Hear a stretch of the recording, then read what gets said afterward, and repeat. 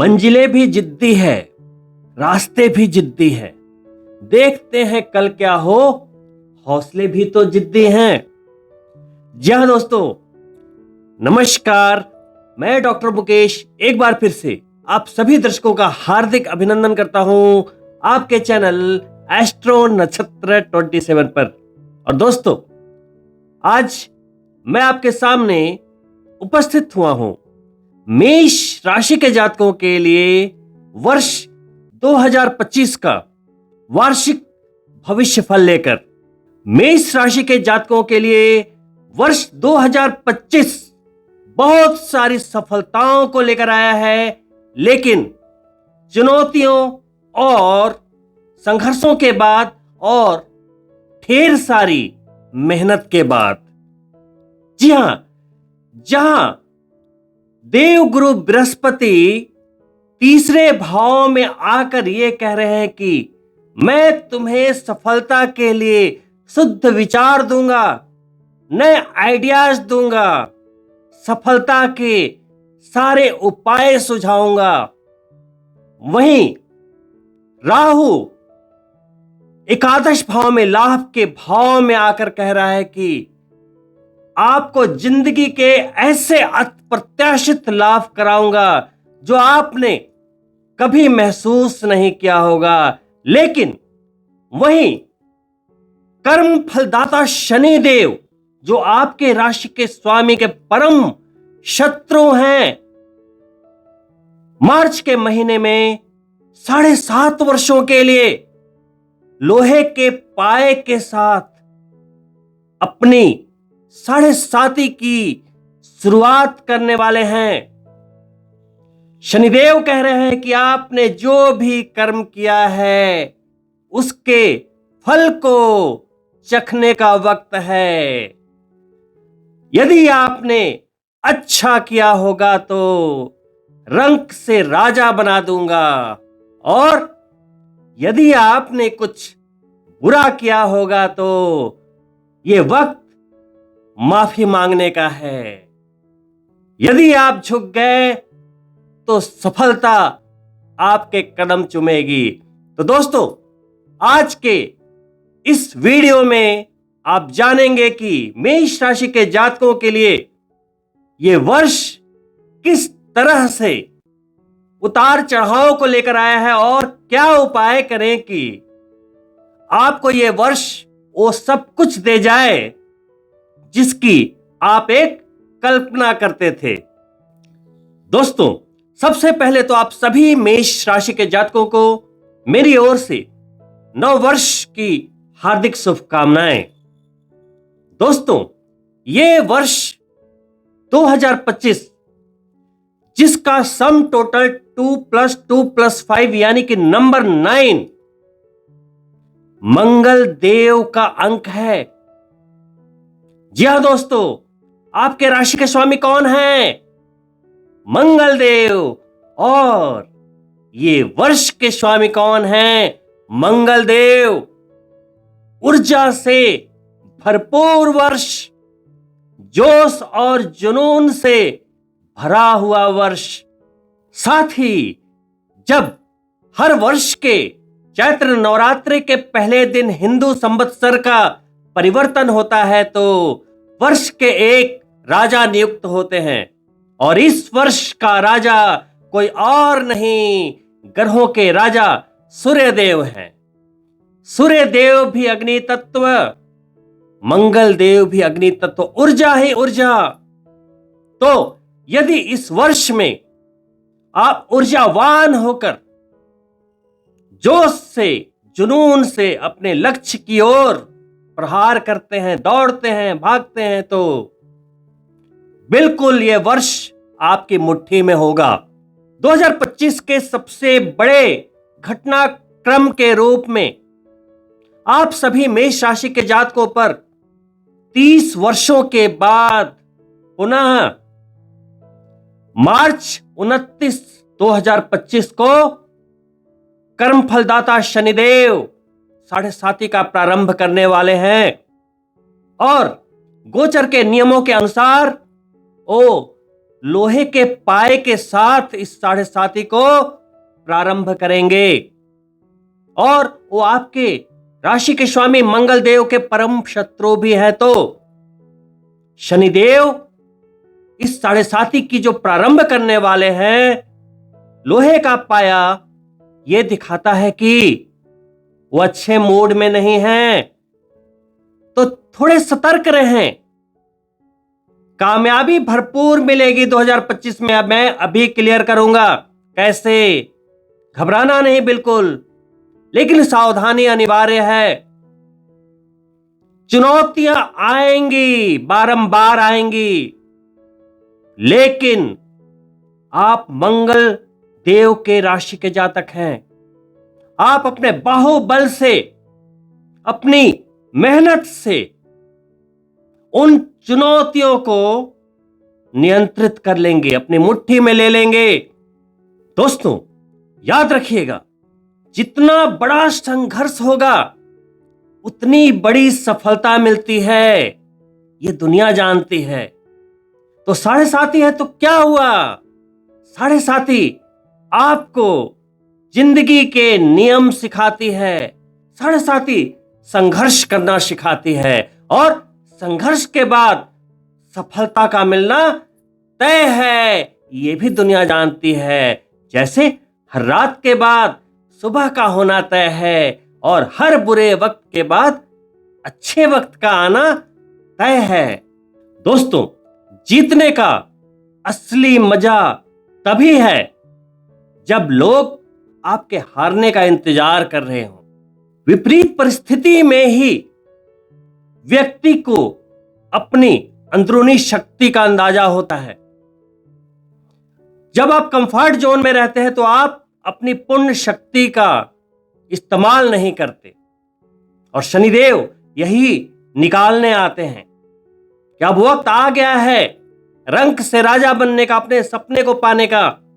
तो किसी भी नकारात्मक सोच को अपनी नाकामयाबी का हिस्सा ना बनने दें। हर गोचर में एक खास बात होती है, तो चिंता ना करें कि लोहे के पाए को लेकर आए हैं। यह वक्त है आपको अपना बेस्ट देने का, क्योंकि साथ में उनके चेले जो कर्मों के एक्टिवेटर माने गए हैं, वो लाभ के भाव में भी तो प्रवेश करेंगे। राहु और केतु शनिदेव के चेले कहे गए हैं। शास्त्रों में उन्हें कर्मों का एक्टिवेटर बोलते हैं। अब शनिदेव आए, 7.5 प्रारंभ हुई, उन्हें आपको या तो सजा देनी है या तो इनाम देना है। अब उन्होंने देखो क्या पत्ता फेंका है मेष राशि के जातकों के लिए 2025 में।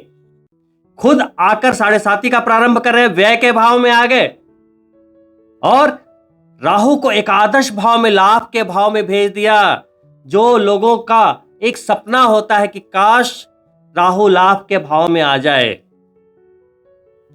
राहु जब लाभ के भाव में आता है तो जिंदगी में कुछ ऐसे लाभ होते हैं, ऐसे सडन गेन होते हैं, ऐसी जबरदस्त कामयाबी मिलती है कि आप खुद अचंभित रह जाएंगे कि यह कैसे हो गया। तो शनिदेव के चेले अब एकादश भाव में आपको हर तरह के लाभ देंगे, और हो सकता है कि आप घमंड में आ जाए, ईगो में आ जाए, राजा हरिश्चंद्र की तरह, और शनिदेव के जाल में फंस जाएं। देखो 7.5 का प्रारंभ हो रहा है 2025 में। अब इसको सुन के आप टेंशन में आ गए, लेकिन आप ये नहीं देख रहे कि साथ में राहु एकादश में आएंगे 2025 में 18 मई को। तो ये समय है आपको अपना बेस्ट करने का। लेकिन इसे मैं एक छोटे से एग्जाम्पल से समझाता हूं, तो 2025 में आपको कैसे बिहेव करना है आप समझ जाएंगे। यदि आप कमजोर से कमजोर प्लेयर को भी एक उस मैच में खेलने के लिए भेज दो जो मैच ऑलरेडी जीता जा चुका है, गोल अचीव हो चुके हैं, लास्ट के 8-10 बॉल बचे हैं और सिर्फ 1 रन बनाना है, तो कोई भी जाएगा और बड़े आराम से जीत लेगा, क्योंकि उसे हारने का कोई डर नहीं, कोई प्रेशर नहीं। विन विन सिचुएशन है। लेकिन एक गेम वो होता है जहां सब कुछ उल्टा चल रहा है, और उस गेम को हार के मुंह से निकालने वाला असली बाजीगर कहलाता है। जैसे मान लो अपोनेंट टीम ने 375 रनों का लक्ष्य दे दिया। अब इंडिया की टीम आ गई खेलने के लिए, सब लोग बड़े एक्साइटेड। लेकिन पहले 10 गेंदों में ही 4 विकेट डाउन, विकेट पे विकेट। सब लोग मायूस, गहरी खामोशी कि अब टीम इंडिया हार गई। लेकिन मन में चलता रहता है, अभी एक प्लेयर है वो अच्छा खेलते हैं। जैसे एक समय धोनी हुआ करते थे, वो बुरे से बुरे वक्त में आकर जब बल्ला संभालते थे तो पूरा मैच निकाल देते थे। मन में चलता था ना, अभी धोनी है, अभी धोनी है, अभी विराट कोहली है, एक उम्मीद की किरण। और वैसे सिचुएशन में जब कोई 2 प्लेयर बहुत ही समझदारी के साथ, साझेदारी के साथ, स्ट्रेटजी के साथ हर बॉल को जब प्ले करता है और धीरे धीरे धीरे धीरे अपने लक्ष्य की ओर बढ़ता है, तो आप भी पीछे से बोलते हो, अरे ध्यान से, सावधानी से, हर बॉल पे सिक्सर नहीं लगता।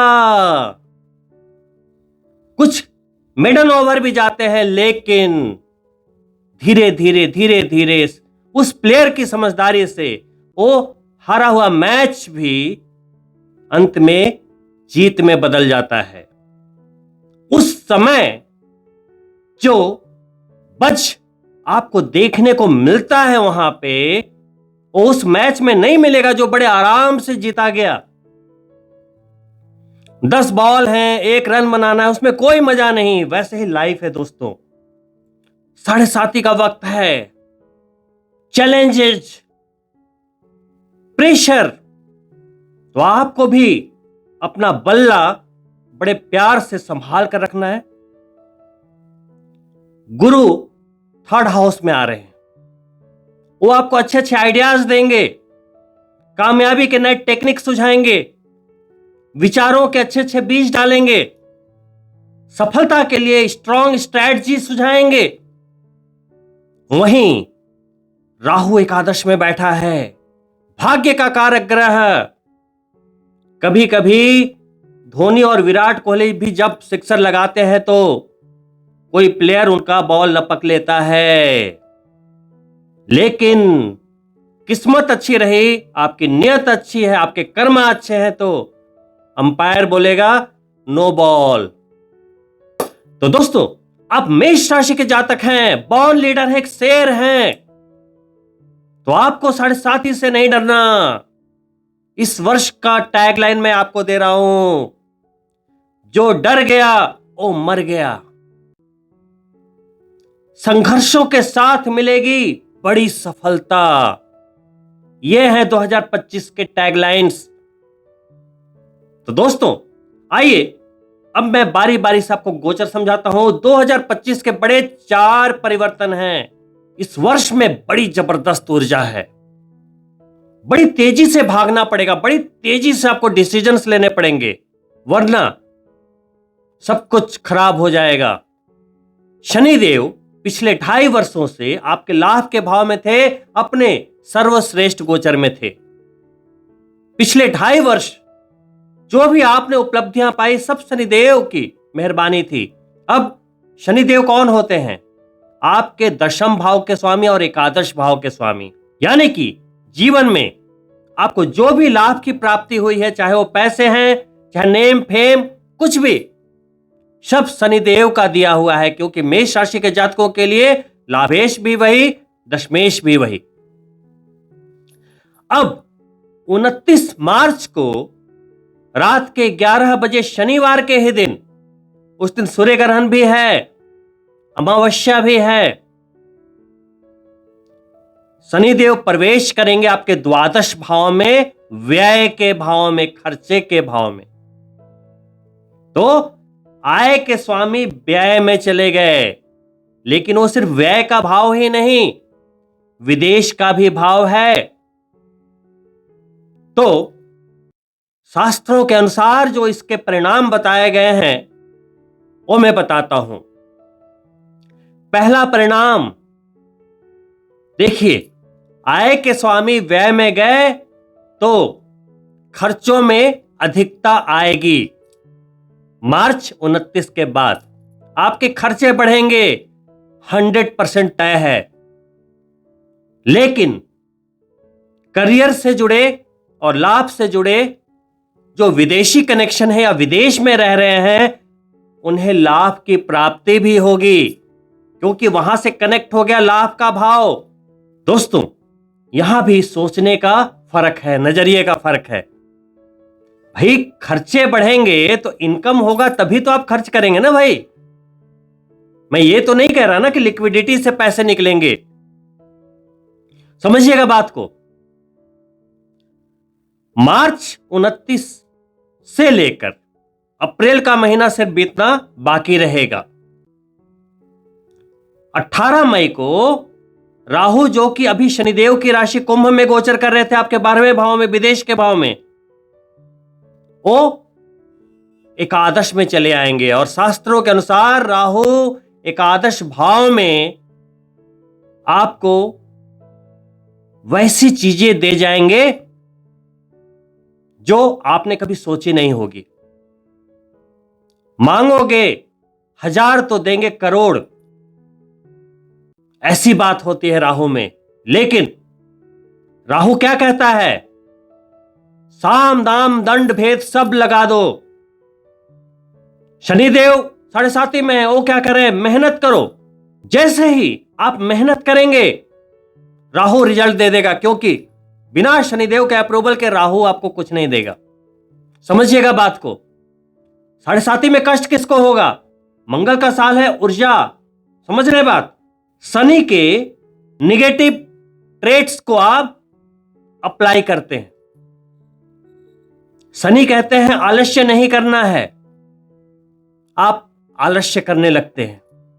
सुबह देर से उठते हो, वर्क मैनेजमेंट नहीं है, डिसिप्लिन नहीं है, पंचुअलिटी नहीं है, नियत से खराब हो तो 100% 7.5 का कष्ट मिलने तय है। क्यों नहीं मिलेंगे फिर? समझो बात। तो समझना यह है कि 7.5 में लोहे के पाए के साथ जब द्वादश भाव में शनिदेव प्रवेश करेंगे तो 2 तरह की बात होगी। आप लाखों करोड़ों जब मेष राशि के जातक हैं तो उनमें जो निजी कुंडलियां होंगी, 2 तरह की कुंडलियां होंगी। बहुत शॉर्ट में समझा रहा हूं। एक में शनि होंगे शुभ और एक में अशुभ। तो शुभ शनि ये कहते हैं, मजबूत शनि ये कहते हैं कि 7.5 में आपको कोई कष्ट नहीं मिलने वाला। और जिनके शनि कमजोर हैं, पीड़ित हैं, दोष में हैं, अशुभ हैं, तो उन्हें 7.5 में चुनौतियों का मिलना तय होगा, क्योंकि ये परीक्षा की घड़ी है। तो उसे आप बहादुरी से दें, चालाकी से दें, मेहनत से, अच्छे नियत से दें, क्योंकि उसे तो पार करना ही पड़ेगा। लोहे के पाए के साथ जब 7.5 की शुरुआत होती है तो सबसे पहली जो रेमेडी है आपको वो करनी चाहिए कि, क्योंकि आप मेष राशि के जातक हैं, मंगल प्रधान राशि के जातक, थोड़ा ईगो ज्यादा होता है। मैं ये थोड़ा ज्यादा चलता है। तो यहां पे शनिदेव के सामने ये एटीट्यूड नहीं रखनी पड़ेगी आपको। अरे मैं भगवान को नहीं मानता, मैं शनिदेव को नहीं मानता, देख लेंगे जो होगा। नॉनवेज खाए जा रहे हो, शराब पिए जा रहे हो, तो ऐसे में लोहे के पाए के साथ शनिदेव आए हैं तो आपको मुश्किलें हो सकती हैं। वहीं एक मेष राशि का वो जातक होगा जो समझदार होगा, वो देख रहा है कि नहीं, कर्म फलदाता आए हैं, मुझे उनका आशीर्वाद लेना है, उनका आशीष लेना है। वो अपने आप को समर्पित कर देगा, अपने ईगो को उनके पैरों पे रख देगा, बोलेगा हे प्रभु मैं बड़ी मेहनत करूंगा, आप जैसा बोलेंगे मैं करूंगा, अच्छी नियत रखूंगा, मुझे बस आशीर्वाद दो। अपनी कुंडली दिखाएगा, जो एस्ट्रोलॉजर ने सुझाया कि भाई ये उपाय करने हैं, वो उपाय करेगा, पूजा पाठ के द्वारा ग्रेटिट्यूड पेश करेगा भगवान को कि भाई इस सोल के द्वारा कोई भी अपराध हुआ हो जाने अनजाने में, माफ कर दो। तो क्यों कष्ट देंगे शनिदेव, क्यों देंगे? तो थोड़े खर्चों में अधिकता होगी, विदेश से जुड़े हुए लाभ मिलेंगे। अब देखो, शनिदेव जब द्वादश में बैठे तो वहां से तीसरी दृष्टि कहां जाएगी, यह देखना जरूरी है। अब लाभ के भाव के स्वामी व्यय में गए और वहां से तीसरी दृष्टि दे दी आपके लिक्विडिटी को, दूसरे भाव को। दूसरा भाव क्या है? धन का भाव, सेविंग अकाउंट, वाणी, परिवार। तो कहते हैं 7.5 में जहां शनिदेव की दृष्टि जाती है वहां पे प्रॉब्लम्स आती हैं। अब सबसे पहले वो रिश्तों का भाव है, तो आपके जो रिश्ते हैं वहां पे थोड़ी बहुत असंतुलन की स्थिति देखने को मिलेगी। हो सकता है अभी तक जो आप करते थे उसका रिवॉर्ड मिलता था, आपको क्रेडिट दिया जाता था कि भाई आपने ये हेल्प की, ये पैसे की मदद की, आपने किसी परिवार के लिए ये किया, तो उसका क्रेडिट मिलता था। अभी क्या होगा कि आप किसी के लिए अपना दिल भी निकाल कर दे दोगे ना, कितने भी पैसे से मदद कर दोगे, आपको अभी क्रेडिट नहीं मिलेगा। और क्रेडिट नहीं मिलेगा तो आपके मन में थोड़ी सी कहीं ना कहीं से खटास पैदा होगी। अपने निकट संबंधियों से थोड़ी बहुत विवाद, या कह सकते हैं कि कोल्ड वार की स्थिति बनेगी। मतलब मन मुटाव हो गया, वो भी बात नहीं कर रहे, आप भी बात नहीं कर रहे। वाणी पे नियंत्रण रखने की आवश्यकता होगी 7.5 में। जो भी समस्या पैदा होगी 7.5 में आपके वाणी के द्वारा होगी। डिसीजंस का खास ध्यान रखना है, क्योंकि आपने सुना होगा कि 7.5 में डिसीजंस गलत हो जाते हैं, क्योंकि 7.5 का प्रभाव चंद्रमा पर पड़ता है और चंद्रमा मन सो जाए तो चंद्रमा हमारे मन का नियंत्रण करती है। तो इस बात का ध्यान रखना है। दोस्तों, अगली सीधी और 7वीं दृष्टि जाएगी 6ठे भाव पे। शनिदेव का प्यारा भाव, नौकरी का भाव। शनिदेव नौकरी के कारक हैं और 6ठा भाव क्या है? नौकरी का। विदेश में बैठे हैं तो पहला लाभ क्या होगा कि जो लोग विदेश से जुड़े हुए नौकरी को कर रहे हैं उन्हें लाभ की प्राप्ति होगी। वहीं वो रोग, शत्रु और ऋण का भी भाव है। अगर आप अस्वस्थ हैं, कोई लंबी बीमारी से जूझ रहे हैं, या एक लंबे कर्ज को लेकर चले आ रहे हैं, ईएमआई का बोझ ज्यादा है, या कोई आपके शत्रु हैं यदि, तो शनिदेव की जब 7वीं दृष्टि आएगी, वो भी 7.5 में, तो उन तीनों चीजों को थोड़ा वो ट्रिगर करेंगे। कुछ ऐसी जरूरत आ सकती है कि आपको कुछ कर्ज लेने की आवश्यकता आन पड़े, लेकिन 7.5 में जब आप किसी से कर्ज मांगेंगे तो शायद नहीं मिल पाएगा, और मिलेगा भी तो बहुत कम, और हो सकता है वहां पे फिर रिश्तों में दरार हो जाए। वहीं पहले की यदि कोई शत्रु थे, शांत थे, तो वो आपको थोड़े बहुत परेशान कर सकते हैं, या कुछ छिपे हुए शत्रु आपको परेशान कर सकते हैं, क्योंकि 18 मई के पहले तक वहां केतु थे तो चीजों को दबाया हुआ था। अब केतु भी वहां से पंचम में चले जाएंगे 18 मई को, तो शत्रु थोड़े हावी हो सकते हैं। तो यहां पे एकदम शांत दिमाग से, योजनाबद्ध तरीके से आपको चलना पड़ेगा। किसी से उलझना नहीं है, किसी वाद विवाद में नहीं पड़ना, किसी आर्गुमेंट में नहीं पड़ना, और यदि कर्ज है तो भागना नहीं है। सामने वाले से मिलिए, बोलिए कि मैं कर्ज अगर है भी तो चुका दूंगा। एक समय सीमा आप उसको दे दीजिए कि भाई इतने दिनों में मैं आपका कर्ज दे दूंगा, लेकिन उसके विपरीत ऐसा नहीं करना है कि फोन बंद कर लिया, कोई मिलने आया तो आप मिल नहीं रहे। कम्युनिकेशन गैप नहीं करना है, नहीं तो साढ़े साथी में ये एक बड़ी समस्या बन के उभरती है, फिर लोग आपके पीछे पड़ जाएंगे।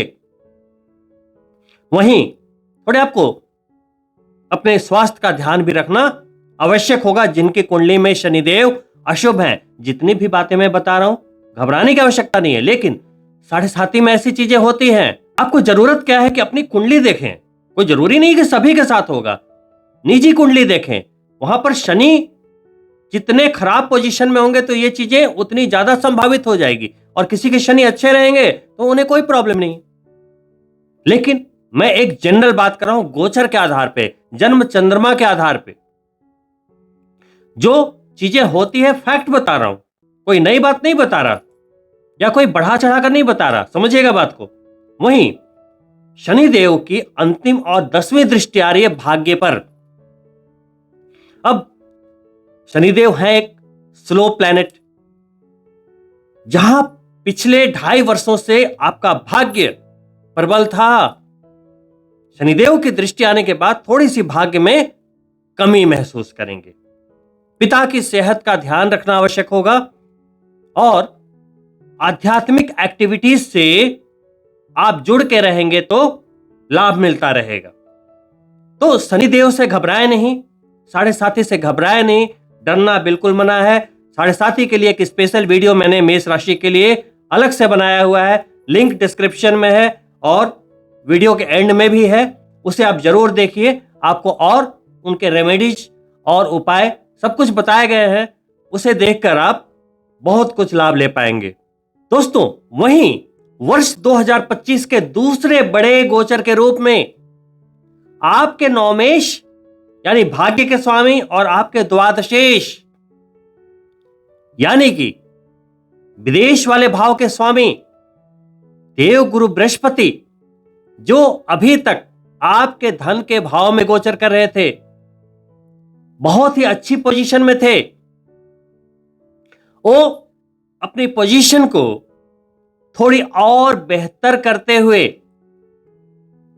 आपके जन्म चंद्रमा से तीसरे भाव में प्रवेश करेंगे। दोस्तों, 14 मई को देवगुरु बृहस्पति का प्रवेश होगा आपके पराक्रम के भाव में, छोटे भाई बहन के भाव में, निर्णय के भाव में, मानसिकता के भाव में, विचारों के भाव में। और देवगुरु बृहस्पति क्या हैं? वो एक विचार हैं, बीज। दोस्तों, पैसा बैंक्स में नहीं, विचारों में होता है, आइडियाज में होता है, और देवगुरु बृहस्पति वही देते हैं। सीड दिया आपने कर्म रूपी जमीन पे, शनि रूपी धरती पे, कार्मिक धरती पे लगाया, और वो बड़ा होकर आपको सालों साल धन धान्य प्रदान करता रहता है।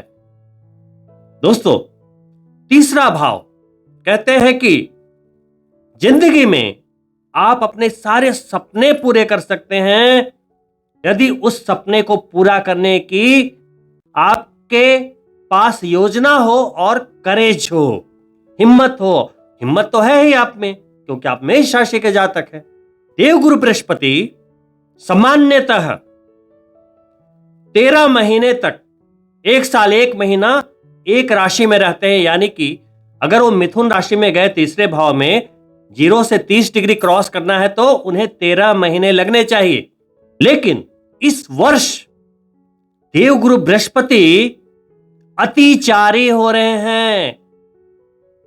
जब जब देवगुरु बृहस्पति अतिचारी होते हैं तो विश्व में बड़ी बड़ी घटनाएं घटती है, वो चाहे विश्व युद्ध हो या कोविड-19। वैसे ही इंडिविजुअल लोगों के साथ भी जीवन की बड़ी घटनाएं घटती है। अतिचारी का मतलब है कोई ग्रह अपनी गति से बेहद स्पीड में जब वो अपने पाथ पर मूव करता है। अभी मैंने क्या बोला, देवगुरु बृहस्पति एक राशि में 13 महीने रहते हैं, लेकिन 18 अक्टूबर को ही वो कर्क राशि में चले जाएंगे, आपके चतुर्थ भाव में, फिर दोबारा वक्री होकर आएंगे। तो जहां उन्हें 13 महीने लगने चाहिए थे, सिर्फ मई, जून, जुलाई, अगस्त, सितंबर 5-5.5 महीने में ही उन्होंने 30 डिग्री क्रॉस कर लिया, एक राशि उन्होंने पार कर लिया। यानी अतिचारी हैं, यानी बहुत गति में है, स्पीड में है। तो फिर से रिलेट कीजिए इस साल को, मंगल देव का वर्ष, ऊर्जा भागता हुआ वर्ष, और देवगुरु बृहस्पति अतिचारी। मई, जून, जुलाई, अगस्त, सितंबर, अक्टूबर इतनी तेजी से वो बढ़ेंगे, यानी कि कहां बढ़ रहे हो, आपके थर्ड हाउस में, डिसीजन वाले भाव में। तो आपको डिसीजन भी उतनी तेजी से लेने पड़ेंगे, समझ रहे बात।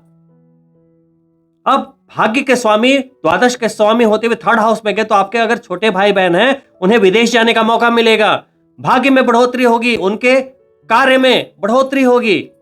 अगर छोटे भाई बहनों का विवाह पेंडिंग था, वो हो जाएगा। वहीं आपके निर्णयों में परिपक्वता आ जाएगी, वैसे आइडियाज आएंगे जो आपको जीवन में नहीं आए। और अब करना क्या होगा, आपको फटाफट इंप्लीमेंट करना है। अगर 2025 में आपको सपने पूरे करने हैं, अपना लक्ष्य पूरा करना है, तो बड़ी तेजी से भागना पड़ेगा। देवगुरु बृहस्पति के साथ आपको अपनी गति मिलानी पड़ेगी। जहां आप बहुत सोचने लगे, बहुत समझने लगे, स्लो हुए, कल करेंगे, परसों करेंगे, अगर आपने चीजों को टाला, अपनी गति स्लो की, यह साल आपको कुछ नहीं दे पाएगा फिर।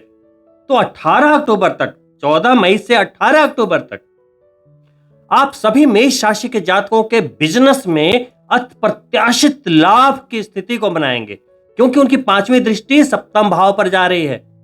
और आप इंडिविजुअल सभी मेष राशि के जातकों के लिए शादी का लगन भी बनाएंगे। अगर पार्टनरशिप में कोई काम कर रहे थे, तो वहां भी बल्ले बल्ले रहेगी। 7वीं दृष्टि भाग्य के भाव पर जाएगी, जहां पे शनिदेव अपनी दृष्टि डालकर आपके भाग्य को मंद बना रहे थे, वहां पर 14 मई के बाद 18 अक्टूबर तक देवगुरु बृहस्पति की जब दृष्टि जाएगी, तो शनिदेव की नकारात्मक एनर्जी को कम करते रहेंगे, नियंत्रित करते रहेंगे। तो 7.5 की शुरुआत भले ही हुई, लेकिन भगवान आपके साथ हैं, देवगुरु बृहस्पति वहां संभाल रहे हैं चीजों को, तो ज्यादा घबराना नहीं है। और फिर 9वीं दृष्टि आपके इनकम पर चली गई, और वहां पे राहु विराजमान होने वाले हैं 18 अक्टूबर को। जबरदस्त विदेशी लाभ, अप्रत्याशित लाभ। और आप कुछ भी कर रहे हो, नौकरी, व्यवसाय, सेल्फ एम्प्लॉयड हो, कुछ भी हो, जबरदस्त वर्ष, बहुत ही मजबूत वर्ष, लेकिन बहुत तेजी से भागता हुआ ऊर्जावान वर्ष। दोस्तों, वहीं 18 अक्टूबर से 5 दिसंबर तक चतुर्थ भाव में रहेंगे। इस वर्ष वैसे जातक जो लोग घर खरीदने का सपना देख रहे थे, उनके सपने पूरे होंगे। वहीं जो लोग विदेश में अपना घर परचेज करना चाहते थे, उनके भी सपने पूरे होंगे। अटका हुआ पीआर मिल जाएगा। साथ ही वीजा या विदेश से संबंधित कोई भी अड़चन यदि आ रही थी, तो वो दूर हो जाएगी। भले ही 7.5 है, भले ही शनिदेव 12वें भाव में, लेकिन वो आपके दशमेश भी हैं, वो अपने कर्तव्य का निर्वहन भी करेंगे। अरे भाई, दशमेश है, एकादशेश है, 7.5 आ गए, यदि द्वादश में आ गए, तो क्या पूरे साल आपको 1 रुपए की आमदनी होएगी नहीं?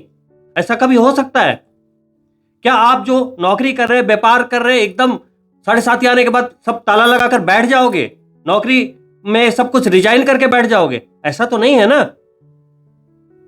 7:30 का मतलब सिर्फ आपके कर्मों के फेर से है।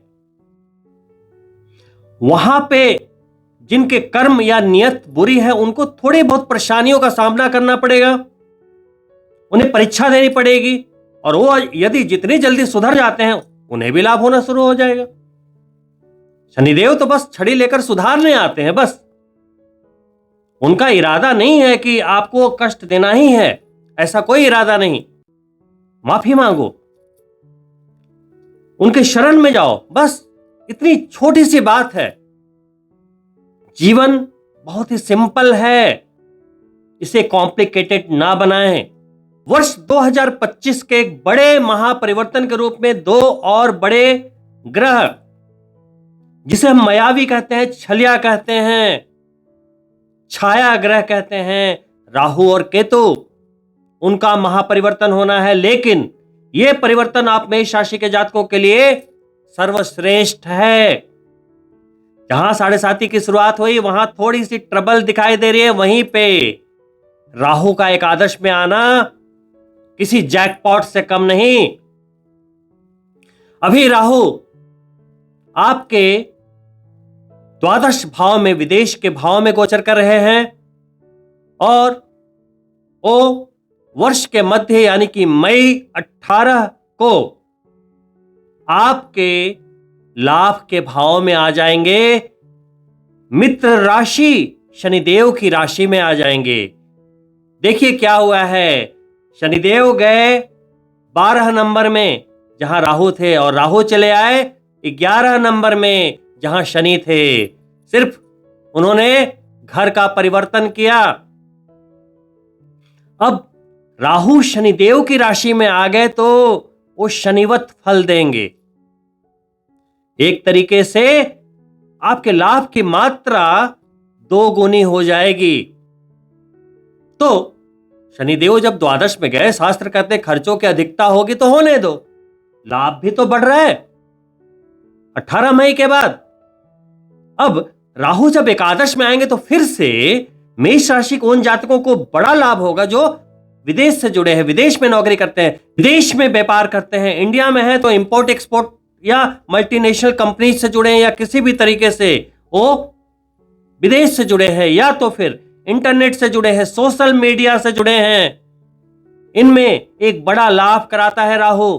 ई कॉमर्स से जुड़े चीजों में, यदि आप डिटेक्टिव वर्क करते हैं, यदि आप रिसर्च वर्क करते हैं, इन चीजों में राहु जबरदस्त लाभ देता है। और राहु के शनिदेव की राशि में आने के बाद नौकरी में प्रमोशन, पदोन्नति, सैलरी हाइक का होना तय रहेगा, क्योंकि उस शनिदेव की राशि में है। तो राहु जिस राशि में जाता है तो उनके रूप को ले लेता है। तो शनिदेव भले ही आपको चुनौतियां देने के लिए खड़े हो गए हैं, लेकिन राहु यहां पे शनिदेव यानी कि लाभेश का रोल प्ले करने लगा एकदम। ये 2025 में ना बिल्कुल शतरंज की तरह सारे मोहरे इधर से उधर हो रहे हैं। बड़ा प्यारा वर्ष, बस समझने वाला वर्ष है दोस्तों। वैसे तो मेष राशि के सभी जातकों को राहु लाभ देंगे, प्रतिष्ठा देंगे, आकस्मिक धन लाभ देंगे, सडन गेन बहुत देते हैं राहु। कुछ प्रोफेशन से जुड़े लोगों को ज्यादा लाभ की प्राप्ति होगी। जैसे मंगल जो प्रतिनिधित्व करते हैं वो है medical field, medicine, energy field.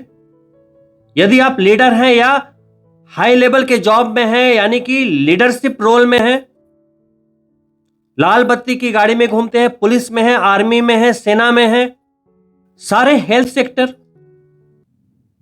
जो जिम के व्यवसाय में है, साथ में जो लोग एनर्जी फील्ड में हैं, और जो बड़े राजनेता हैं, लीडरशिप रोल में जो लोग जॉब करते हैं या बिजनेस करते हैं, उन सभी को 2025 निराश नहीं करेगा, क्योंकि मंगल देव का वर्ष है। इसके अलावा जितनी चीजें मैंने बोली, इसके अलावा रियल एस्टेट, यह भी मंगल देव का फील्ड है, तो इसमें भी अप्रत्याशित लाभ की संभावनाएं हैं। मंगलदेव का वर्ष है। घर खरीदना चाहते हैं तो इससे अच्छा वर्ष नहीं हो सकता। घर भी बना लेंगे तो मंगल के जितने फील्ड हैं वो तो हैं ही, इसके अलावा यदि आप मेष राशि के जातक किसी अन्य फील्ड से जुड़े हुए हैं, उन्हें भी राहु हर तरह से लाभ देगा। आपको क्या करना है, इस वर्ष मंगल को एक्टिवेट करके रखना है, यानी बिल्कुल ऊर्जावान रहना है। हर वर्ष की तरह ऐसा नहीं है कि सुबह 10 बजे तक आप बेड पर सोए हुए हो। सर्दी है, गर्मी है, बारिश है, भाई बहाने बना रहे हो, एक्सक्यूजेज है आपके पास। तो वैसे में ये वर्ष आपको निराश कर देगा। करना क्या है, सुबह जल्दी उठिए, मेडिटेशन कीजिए। मेंटल ऊर्जा जब तक नहीं रहेगी, शारीरिक ऊर्जा कैसे मेंटेन होगी। उठिए, जिम जाइए, एक्सरसाइज कीजिए 1 घंटे कम से कम। ये सब मंगल को एक्टिवेट कर देगा, क्योंकि आप ऊर्जा का काम कर रहे हैं। और जिम में जब आप डंबल मशीन यूज करोगे तो शनिदेव भी प्रसन्न होंगे, क्योंकि आप आलस्य को भगा रहे हो। तो ये चीजें करके अपने आप को मंगल के एनर्जी से मैच करो। फिर ऑफिस या बिजनेस, जहां भी आप जो भी करते हो, वहां पे डिसिप्लिन, पंक्चुअलिटी और कंसिस्टेंसी जो शनिदेव चाहते हैं, तीनों को ऐड कर दो 2025 में। हो ही नहीं सकता कि आप फेल हो। वहीं केतु जब पंचम भाव में गोचर करेंगे तो देखिए, पंचम भाव को शास्त्रों में बहुत ही ज्यादा महत्व दिया गया है। पंचम भाव उत्पत्ति का भाव है। पिछले जन्म से वो कनेक्टेड होता है, पिछले जन्म से संग्रहित कर्मों का भाव है। और वहां केतु जैसे ग्रह का जाना बहुत ही बड़ा मायने रखता है। मंत्र शक्ति का भाव है, तो केतु के जाते ही आप जितना ज्यादा अपने आप को आध्यात्मिक मोड में पुश करेंगे, केतु आपको शिखर पर लेकर चला जाएगा। केतु यानी पताका, बहुत ही तेजी से वो आपको जीवन में ऊपर की ओर ले जाता है, लेकिन उसके कारक तत्वों से आपको अपने आप को मैच करना पड़ेगा। समझिएगा बात को। अब देखिए, जो पंचम भाव है, जैसा मैंने बोला, उत्पत्ति का भाव है, सृजन, संतान का भाव, संतान का सृजन होता है। विद्यार्थीगण यहां से विद्या ग्रहण करते हैं, क्योंकि विद्या के बिना, ज्ञान के बिना दुनिया में कुछ है ही नहीं, है ना। कहते हैं ना कि अज्ञानता से बड़ा अंधकार दुनिया में कोई नहीं है। तो ज्ञान, जहां से ज्ञान का प्रकाश मिलता है, संतान, जहां से प्रेम की उत्पत्ति होती है, प्रेम का भाव, प्यार का भाव, तो बहुत ही महत्वपूर्ण है। अब केतु जब वहां आएंगे तो केतु बहुत ही गूढ़ अंतर्ज्ञान और बहुत गहरी समझ देते हैं उन चीजों के लिए। तो यह गोचर विद्यार्थियों के लिए बहुत अच्छा। यदि कोई रिसर्च का विद्यार्थी है या कोई कंपटीशन की तैयारी कर रहा है, या जिसकी सोच बहुत आगे जाने की लाइफ में, बहुत आगे, सामान्य नहीं, तो उसके लिए केतु का ये गोचर उसकी लाइफ बनाकर जाएगा। नोट कर लीजिएगा। पंचम में जब केतु आएंगे तो उसके शम सप्तक रहने वाले राहु केतु एक दूसरे को दृष्ट करते रहते हैं, तो संबंध लाभ से बन रहा है, तो प्रेम का लाभ। तो जो लोग मेष राशि के जातक हैं और एक प्रेम की तलाश में थे, सच्चे प्रेम की तलाश में थे, तो उनकी तलाश पूरी होगी। धन कमाने वाले लोगों के लिए भी ये साल बहुत ही बढ़िया, राहु के गोचर के बाद। और दोस्तों, किसी भी वर्ष में शानदार सफलता के लिए अपने आप को सही जगह पे रखना बहुत जरूरी है। एक समय चिड़ियाघर में एक ऊंट और उसका बच्चा दोनों बातें कर रहे थे। उसका जो बच्चा है ऊंट से पूछता है कि भाई, ये जो मेरा कुबड़ है वो हमें ईश्वर ने क्यों दिया है। तो जो उसके पिता हैं वो समझाते हैं कि इस कुबड़ में वर्षारोप में चीजें स्टोर होती हैं ताकि हम रेगिस्तान में जब तपती गर्मी में हमें प्यास लगी हो तो वो हमें पानी की पूर्ति करता है, ऊर्जा की पूर्ति करता है। इसीलिए वो कुबड़ ईश्वर ने हमें दिया है। तो बच्चा बोलता अच्छा। फिर बोलता है कि हमारे पंजे ऐसे क्यों हैं, इतने बड़े बड़े और इस तरह से क्यों हैं? तो उसके पिता कहते हैं कि चूंकि हमें रेत में चलना पड़ता है, विपरीत परिस्थितियों में चलना पड़ता है, बहुत बोझ लेकर चलना पड़ता है, तो वहां हमारा संतुलन बना रहे, इसलिए भगवान ने हमें इस तरह से बड़े बड़े पंजे दिए हैं। फिर वो बच्चा बोलता है अच्छा। फिर वो आश्चर्य में पूछता है कि पिताजी, ये हमारी पलकें इतनी झुकी हुई क्यों हैं? तो उनके पिता फिर समझाते हैं कि बेटा, रेगिस्तान में धूल भरी आंधियां चलती रहती है, बड़े बड़े तूफान आते रहते हैं, वहां का जो वातावरण है वो बहुत प्रतिकूल होता है। तो झुकी हुई पलकें हमारी आंखों की रक्षा करती है। तो वो बच्चा बड़े आश्चर्य से कहता है कि भगवान ने हमें इतना कुछ दिया है, ये कुबड़ एनर्जी के लिए दिया, ये पंजे चलने के लिए दिए विपरीत परिस्थितियों में, ये पलकें हमारी आंखों की रक्षा के लिए दी, लेकिन पिताजी फिर हम इस चिड़ियाघर में क्या कर रहे हैं? बड़ी गूढ़ बात है। ईश्वर ने ये मानव तन कितने जन्मों के बाद, कितनी योनियों में भटकने के बाद दिया है। इतना शक्तिशाली दिमाग, इतना बढ़िया शरीर, उसके बाद भी हम एक जॉब रूपी पिंजरे में फंस जाते हैं और वहां से निकल नहीं पाते। एक शेर भी होता है सर्कस में, उसे आराम से वहां खाना मिल रहा होता है, तो रिंग मास्टर बोलता है कि चलती हुई आग के रिंग से जंप करो, वहां जंप करता है, बोलता है इधर जाओ उधर जाओ, वो घूमता रहता है क्योंकि उसे वहां खाने को मिल रहा है। और क्या वो उसकी जगह है, शेर की जगह? शेर जंगल का राजा है, उसकी जगह है जंगल में, राज सिंहासन पर शिकार करके खाना उसकी फितरत है। जैसे आप मेष राशि के जातक हैं, लीडर, बॉर्न लीडर, राजा, तो यदि आपके सपने बड़े हैं लेकिन आपने अपने आप को लिमिट करके रखा हुआ है, किसी पिंजड़े में कैद करके रखा हुआ है, तो वक्त आ गया है कि बदलते हुए वर्ष के साथ अपनी विचारधारा बदलनी है, तभी कामयाबी आपके कदम चूमेगी। दोस्तों, जैसे किसी गेम में उसके आखिरी के 10 मिनट पूरे गेम का नजारा बदल देते हैं, वैसे ही लाइफ में यदि आप निर्णय ले लें जो कि 2025 कह रहा है, तो पूरी गेम आपके हाथ में आ जाएगी। दोस्तों, जब कोई बॉक्सर एरिना में किसी को पंच मारता है ना, और उस पंच से जब उसका अपोनेंट गिर जाता है और उसका हैंड रेज होता है एज ए विनर, तो उस पंच की वजह से नहीं हुआ जो उसने एरिना में मारा। उस पंच के पीछे जो उसने सालों मेहनत की है, हर दिन सुबह उठ के जो वो मीलों भागा, उसने प्रैक्टिस की